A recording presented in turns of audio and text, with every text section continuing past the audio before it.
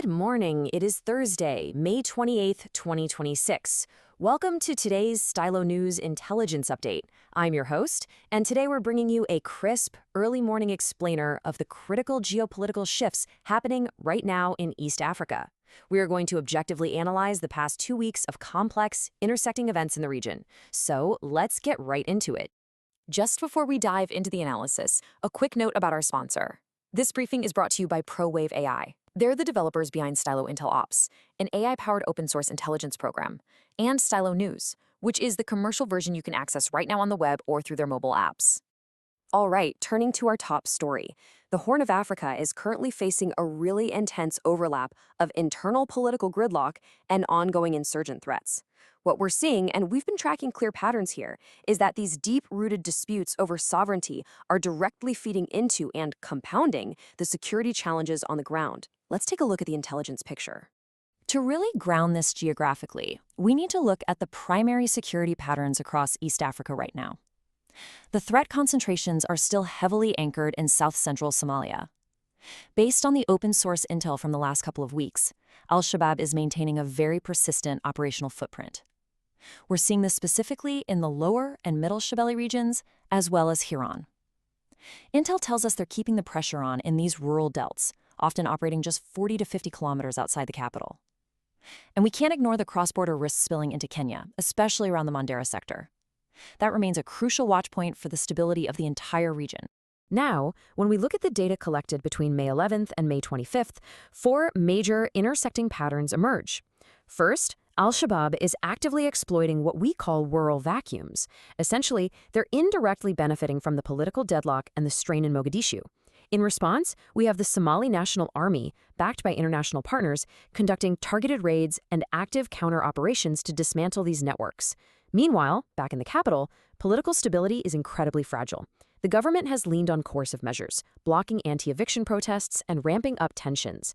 And to complicate the national picture even further, the self-declared breakaway region of Somaliland is unilaterally moving forward with diplomatic ties to Israel. Let's walk through the timeline of how quickly this all unfolded. Between May 10th and 13th, Mogadishu experienced significant unrest, with security forces suppressing anti-eviction protests. Right on the heels of that, from the 13th to the 15th, high-level political negotiations in the capital completely collapsed without any consensus. During that exact same window, the 14th and 15th, Al-Shabaab launched a cross-border ambush in Mandera, Kenya, while deadly clashes erupted in the Bay region. Then, following this severe internal fragmentation, a regional diplomatic shockwave hit.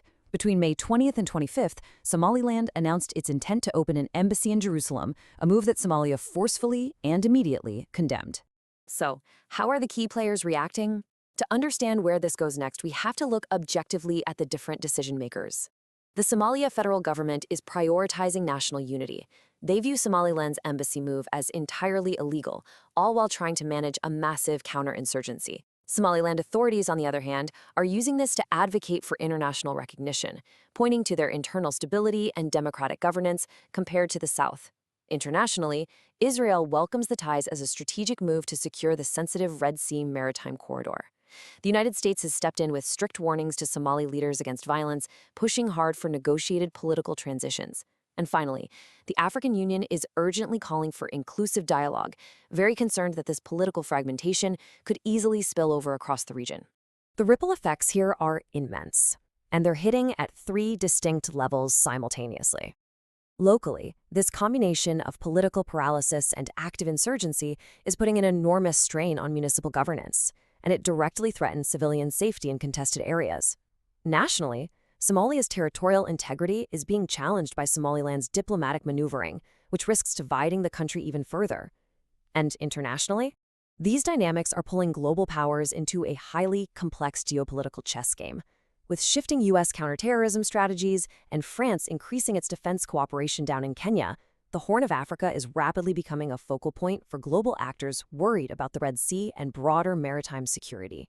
Now, if we listen to the digital conversation, what people are actually saying in open-source sentiment, it's incredibly revealing. The discourse around Al-Shabaab is exactly what you would expect, uniformly negative, focusing heavily on the violence and instability they cause. But interestingly, we've seen a recent spike in positive support for the Somali National Army as they conduct successful counterstrikes. Conversely, the conversation around Somalia's national identity is deeply polarized. It is highly emotionally charged. We're seeing a fierce split between anti-separatist voices and strong pro-independence advocates. Yet underneath that frustration over decades of internal division, there's a strong recurring trend of people simply calling for national reunification, dialogue, and stability. To wrap up our analysis, here are the key events you need to keep your eyes on moving forward to gauge where the region is heading. Number 1. June 1st. That is the scheduled formal reopening of the Kenya-Somalia border, a massive test for regional security measures and cross-border trade. Number 2. On June 8th, the Law Society of Kenya holds a major constitutional petition hearing in Nairobi, which carries significant legal implications. Third, we need to monitor the ongoing diplomatic efforts by the African Union and the UN in Mogadishu. They are absolutely critical to breaking the current political deadlock. And finally, watch for the upcoming Berlin Ministerial Conference, which is set to address the broader stability of the Horn of Africa. And that concludes this morning's Intelligence Explainer. As border gates prepare to reopen and diplomatic lines harden, we're left with a crucial question. Will the Horn of Africa find a path to unified stability, or are we witnessing the permanent fracturing of a vital geopolitical landscape? To dive deeper into these intersecting patterns, their history, and their global impacts, I highly encourage you to listen to the full Horn of Africa Update Morning podcast. You can find the Stylo News Intel Update podcast on your favorite channel or just by following the link on this post. Thank you so much for joining us and for your careful attention today. For AI-powered on-demand news that keeps you informed, make sure to subscribe at stylonews.com. Have a great day, and we'll see you next time.